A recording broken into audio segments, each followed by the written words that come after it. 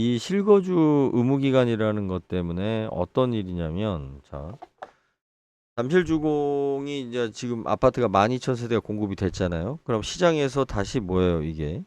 물량으로서 시장에서 아파트 거래되는 물량으로 잡혀야 될 거 아니에요, 이 12,000세대가. 그런데 실거주 의무 2년 때문에 12,000세대가 공급은 됐지만 시장이 풀리지 않고 있죠. 아무도 파는 사람이 없잖아요. 실거주 의무 때문에. 마지못해 파는 사람들, 어쩔 수 없이 파는 사람들만 지금 어쩌다가 가뭄에 콩나듯이 거래가 되는 거고. 그러면 2년 후에 예? 이 가격이 유지가 될 거냐. 이게 문제인 거예요. 지금은 20억이니 30억이니 뭐 300억이니 얼마가 불러도 아무도 팔 수도 없고 아무도 살 수 없는 그냥 그런 상태잖아요.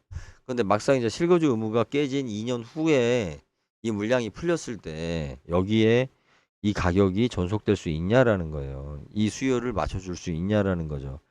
서울에는 부자가 많아서요. 상위 10%, 상위 1%들이 많아서 그러면 서울의 평창동 사모님이 잠실에 있는 둔천주공을 사고 싶을까요? 관심 없다니까. 예, 안녕하세요. 2025년 7월 11일 정한영의 부동산 이야기 시작하도록 하겠습니다.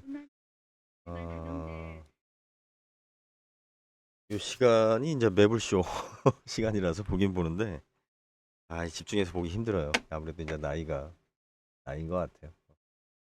일단 점점 시끄러운 게 싫고, 그리고 같은 이야기 뭐 저도 마찬가지지만 이게 팟캐스트, 유튜브에도 그렇죠. 굉장히 오랜 시간 동안 물론 뭐 기획하지 하는 경우도 있지만 대부분 가볍게 만드는 거다 보니까 이제 중복되는 이야기가 좀 많거나 또 뭐 그 얘기가 그 이야기인 경우가 많죠. 저도 마찬가지고요. 예. 그런데 이제 저는 그나마 조회수가 적기 때문에 어쩌다 한 번씩 들어오시는 분들이기 때문에 같은 이야기를 중복해서 이야기해도 뭐 그렇게 크게 영향은 없는 것 같습니다.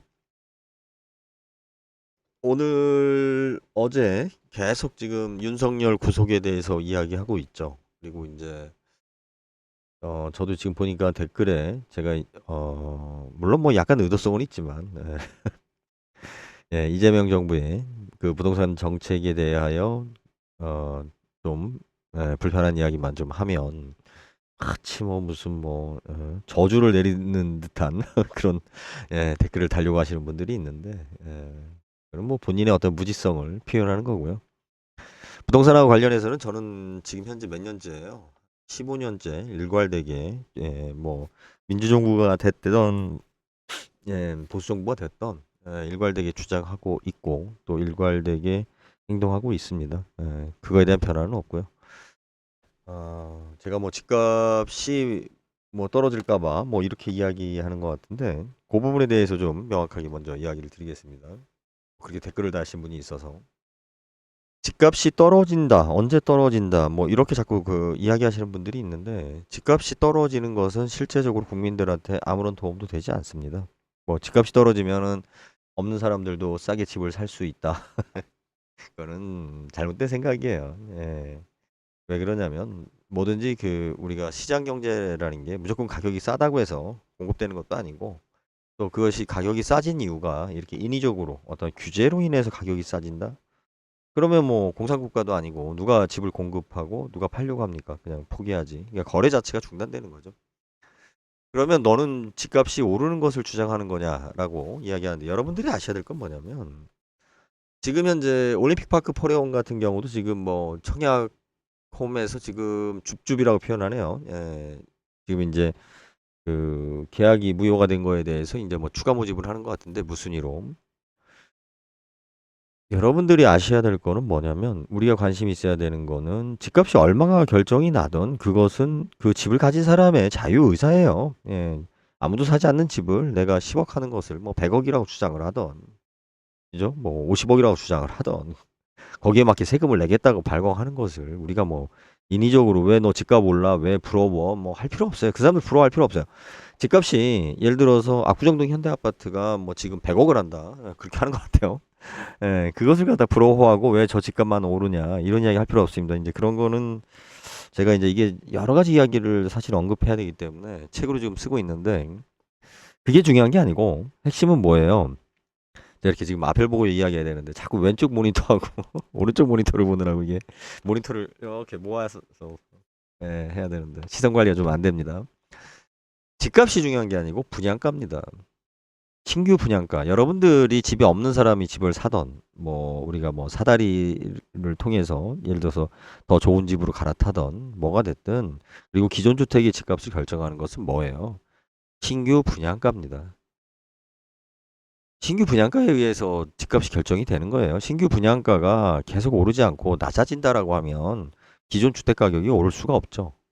그런데 신규 분양가는 마치 뭐 더 이상 가격을 낮출 수 없는 것처럼 계속 가격을 올려가면서 지금 이제 거기에 맞춰서 이제 오래된 집들이 이제 가격이 올라간다. 이걸 규제하겠다, 통제하겠다. 이게 앞뒤가 안 맞는 게 뭐냐면 왜 투기가 생기는 거냐면 자, 신규 분양가는 예를 들어서 20억에 공급을 하고 기존에 앞전에 분양했었던 집은 15억에 공급을 했단 말이에요. 그럼 15억에 공급한 집하고 20억에 공급한 집하고 가격 차이가 5억인데 그 차이가 만약에 1년밖에 안 된다. 그러면 기존에 있었던 주택은 자기네들도 20억이라고 주장을 합니다. 왜 그렇게 되냐면 우리가 분양을 할 때 보면 입지가 좋은 데가 먼저 분양이 돼요. 입지가 나쁜 데보다. 그러니까 집은 저게 더 새 거지만 자기네들은 입지가 더 좋다 이거예요. 그 대표적인 게 세종시란 말이에요. 그렇기 때문에 자기네들도 아니 저게 지금 입지도 안 좋은데 뭐 1년 늦게 지은 집이 20억에 분양하는데 우리 집가 15억에 분양받았다 하더라도 우리 가치는 20억이다. 이렇게 주장을 해버리는 거예요. 그래서 그 아파트 가격을 원활하게 하고 또 지금 무주택자라든지 일반인들이 집을 청약할 때 그러니까 집을 장만할 때 결국은 오래된 집이 뭐 올랐다 저거 내리면 내가 사야지 이게 아니에요. 이광수 씨가 자꾸 그런 얘기 하는데 뭐 올 하반기에 내린다 내년에 내린다 모레 내린다 뭐 이런 얘기 하는데 그게 아니에요. 자 보세요.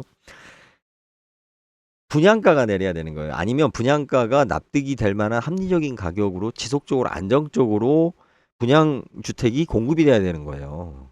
여기에는 관점이 없고, 그죠? 이 사람들이 지금 여기 기사 보면 13억짜리가 20억이래요. 둔촌 주공 떼돈 비결 뭐냐? 뭘 뭐예요? 자기네들이 가격 올린 거지. 제가 어제 보여드렸잖아요. 어제 제가 그 따로 녹화를 빼지 않았는데 12,000세대 중에서 분양 거래된 게 5건밖에 안 돼요. 5건 중에서 하나는 거래가 취소가 됐고 4건인데 4건도 등기가 됐나 안 됐나 몰라요. 여러분들 거래 신고해놓고 등기를 안 하는 경우도 많아요. 그냥 취소시키는 경우도. 예? 그냥 국토부에 거래가 됐다라고 신고만 됐다고 해서 야 여기 가격이 이만큼 됐어. 그러니까 10,000세대 중에 한 세대가 거래됐다 이거야. 이게 쉬운 방법이 뭐냐면 당근에다가 우리 집 15억에 분양받았는데 이제부터 30억이에요. 사실 분하고 당근에다가 올려놔. 그러면 막 뭐 이 아파트가 30억에 올랐는데 이거 어떻게 내는 거냐 난리를 치고 저 새끼들 뭐 불로소득이다 뭐다. 아 실상은 안 그렇다니까. 이 구라가 심한 판이에요 여기가. 실제적으로 여러분들이 집을 사고 팔면 알 거예요. 특히 부동산에 관련된 사람들이나 또 아줌마들 이 구라가 세요. 입만 열으면 거짓말이야. 앞뒤가 없어요 앞뒤가 자료가. 등기부등본 다 떼보면 안다니까. 진짜 거래됐나? 안 됐다니까. 예? 그리고 만세대 중에서 6개월 동안 4건 거래됐다고 4건. 그것도 뭐예요? 당근을 통해서 거래했는지 모르겠지만 직접 거래한 거예요. 부동산을 통해서 거래한 것도 아니고. 왜 그러냐면 예전에는 부동산을 통해서 그렇게 이제 가격 조작을 했는데 지금은 부동산을 하게 되면 자꾸 신고가 들어오니까 예? 그냥 어떤 관계의 사람들이 어떠한 이유로 그렇게 거래됐는지 모르잖아요. 제가 이야기했잖아요. 거래 가격을 높게 쓰는 이유가 왜 높겠어요? 일반 우리 대부분 서민이라고 하는 일반인들은 잘 그걸 모르지만 우리가 이제 좀 큰 돈을 굴리는 사람들은 일부러 가격을 올려 쓰는 경우가 많아요. 그 대표적인 게 상가라니까. 왜 상가가 지금 공실률이 저렇게 많냐면 저 분양가가 분양가대로 수익률이 안 나오거든 절대로. 내가 이 이야기는 15년 전에도 내 책에서도 이야기를 했고 대한민국에서 상가 중에 5% 이상 수익률 나는 상가는 없다 절대로. 그런 이야기까지 했는데 가격을 올려 쓴다고요. 가격을 올려 쓰고 그 올려 쓴 걸 통해서 자기네들이 대출을 뺀다고 자금을 돌린다고요. 비자금을 만들고 음? 가짜로 세금을 더 내는데도 왜 올려 쓰느냐.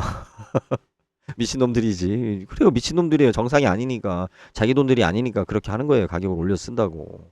여의도 앞에 있는 주유소에 휘발유 값이 다른 일반 주유소보다 가격이 2배나 비싸다고요. 그런데 뭐하러 여의도에 있는 앞에 있는 그 주유소 가서 운전기사들이 기름을 넣어요? 백마진을 주잖아. 다른 걸로 포인트로 해가지고 당신이 여기 와서 기름을 넣어주면 예를 들어서 리터당 1,000원씩 따로 챙겨준다고 주유소에서요. 그러면 운전기사 입장에서 봤을 때는 어차피 영수증만 첨부하면 되는데 내가 기름을 얼마를 넣든 굳이 내가 공금을 가지고 에? 내 이 더위에 고생하면서 조금 더 기름값 아끼겠다고 싼 데 가서 기름을 넣을 이유가 전혀 없는 거죠. 근데 거기 가서 넣으면 바카스도 주고 아이스크림도 주고 인사도 잘하고 또 월말 되면은 뒤로 챙겨주고 그러니까 거기 가서 비싼 주유소인데 넣잖아. 예? 우리가 식당도 그런 데가 많아요. 식당도 군부대 옆에 가면 굉장히 비싸요. 가격이 접대하는 식당들은 왜 비싸? 그 가격을 믿으면 안 된다고. 거기 오는 사람들은 다 쿠폰 가지고 온다고. 그런데 대접받는 사람은 야 이 자식이 막 밥값을 뭐 지금 50만 원 썼네 100만 원 썼네 다 영수증 처리하고 다 삥땅 치기 위한 거예요. 그러니까 이게 부동산이 10억 20억 30억 이렇게 금액이 커지면 세금 문제라든지 자금 출조라든지 여러 가지 문제가 걸리기 때문에 가격을 낮춰 쓰지 않는다고 일부러 높여 쓰는 트릭을 부린단 말이에요. 그렇게 해서 나타나는 현상을 가격이 올랐다라고 난리치면 안 됩니다. 그리고 우리가 경계해야 될 건 뭐냐면 분양가 이하로 가격이 떨어지는 거예요. 아파트가 처음에 분양되었을 때 분양가격 기준으로 1금융권에서 대출을 받죠. 그리고 지금 현재 둔천중공처럼 뭐 13억에 분양받은 게 20억 됐다고 해서 1금융권에서 대출을 늘려주지 않습니다. 얘네들은. 그럼 2금융권이나 대부업에서 나중에 대출을 늘려준다고. 그렇다고 해서 그것이 실제 거래될 수 있는 가격이냐 아니라는 거예요. 최종 가격의 저지선은 분양가예요. 분양가. 우리가 경계해야 될 거. 그러니까 지금 현재 분양가 밑으로 가격이 떨어진다. 그럼 난리가 나는 거지. 그런데 또 은행이 막고 있기 때문에 그런 일도 안 생겨요. 특히 뭐 우리나라 같이 무슨 뭐 큰 어떤 국가적인 어떤 위기가 오지 않는 이상은 분양가 이하로 떨어지지 않기 때문에 뭐 분양가에서 분양받은 사람들은 그냥 있는 거야. 그냥 있는 거예요. 그래서 아무튼 제가 어제 지금 둔천중공하고 이 이야기를 좀 많이 좀 하려고 그랬는데 에, 참 제가 분명히 강조하지만 민주당 특히 이재명 정부에서 실질적인 효과적인 역사적으로 남을 만한 아니면은 진짜 대안이 될 수 있는 뭔가 큰 일을 결단 있게 할 수 있느냐 물론 했으면 좋겠죠. 하지만 저는 솔직히 기대하지 않는다. 왜? 그냥 공부 잘했던 학생들 그냥 열심히 하는 사람들이에요. 그러니까는 혁신이나 어떤 혁명을 만들 수 있는 사고를 가진 사람들이 아니에요. 그냥 뭐야 그냥 우리 열심히 하고 있습니다. 우리 착합니다. 그러니까 문재인 정부보다 좀 나을 수는 있겠죠. 학습 효과 때문에 그렇지만 무슨 뭐 없는 사람이 갑자기 누군가 그러니까 돈 없는 사람이 부자가 될 수 있는 그런 일은 없습니다. 그런 일도 없고 서민들이 집을 장만할 수 있는 일도 없습니다. 국가에서 아무리 정책을 잘 한다고 하더라도 그런 뭐 정책 가지고 실질적으로 어떤 국민들의 제 삶의 질을 좀 나아지게 하겠죠. 나빠지진 않겠지만 저는 기대하지 않습니다. 그냥 다행으로 여겨요. 윤석열 정부 가고 이재명 정부 온 것을 다행으로 여기는 거고 지금 현재 댓글이나 특히 이런 부동산 정책 같은 거 뭐 여기 이제 우리 빨아주는 분들 보면 야 거의 뭐 사이비 종교급으로 너무 기대와 신봉이 크다. 그러다가 본인한테 막상 어려워지면 삶이 어려워지면 이제 원망이 간다. 참 그냥 여기까지 해보겠습니다. 오늘 뭐 내가 44분 14분 좀 다른 얘기를 좀 하고 싶었는데 그죠? 아무튼 지금 윤석열 때문에 지금 온통 사람들이 이쪽에 관심이 있으니까 이런 여기 뭐야 어 그죠? 요거 한번 볼까요? 모니터에서 모집 공고 7월 4일 기준 서울시 거주 중인 무주택 세대 구성원 예, 해가지고 지금 뭐 4세대 시세 차익이 15억이래요. 무슨 근거야? 아무 근거도 없다니까. 예? 그러니까 이런 거잖아요. 엄마가 청약해서 사가지고 딸내미한테 15억 붙여서 팔으면 돼. 그럼 15억 남는 거예요. 10,000명이 지금 현재 조합원만 7,000명이 그렇게 되는 것 같은데 일반 분양자가 이제 한 5,000명 되고 10,000명이 12,000명이 돈만 더 주면 팔겠다라고 지금 대기하고 있는데 다 지금 줄 서서 언제 파냐고 어떻게 파냐고 예, 팔 수가 없다니까. 참.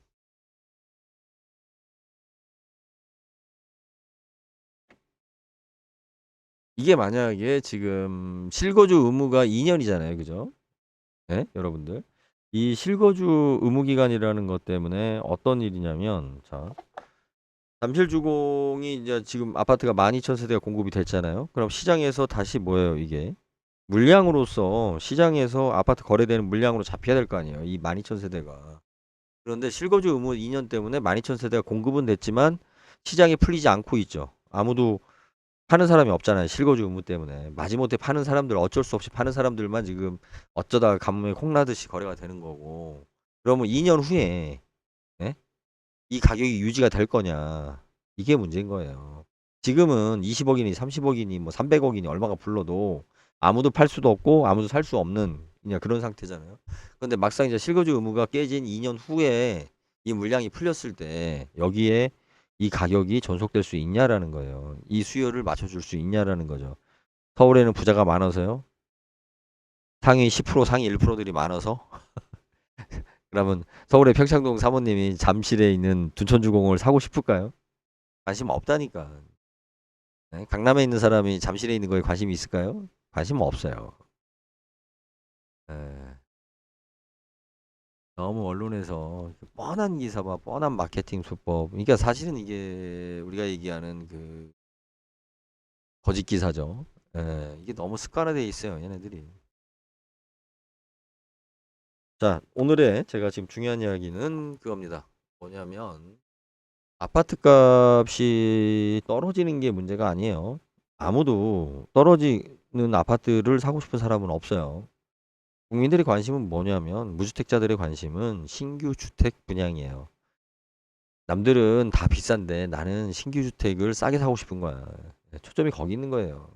그리고 실질적으로 시장에 영향을 주고 아파트에 대한, 그러니까 주택에 대한 수요의 안정성을 확보를 하려면 신규 주택 분양의 가격을 어떻게 낮출 것이냐. 이게 관건입니다. 그리고 이 낮춘 주택 분양, 주택, 이건 공급된 주택이 시장에서 유통이 되어야 되는데 이 실거주 의무 때문에 실질적으로 이제 유통이 안 되다 보니까 그 효과가 안 나타나는 거죠. 여기에 대해서는 제가 이게 지금 되게 심각한 이야기고 중요한 이야기이기 때문에 제가 이제 책에 좀 정리를 하고 있는데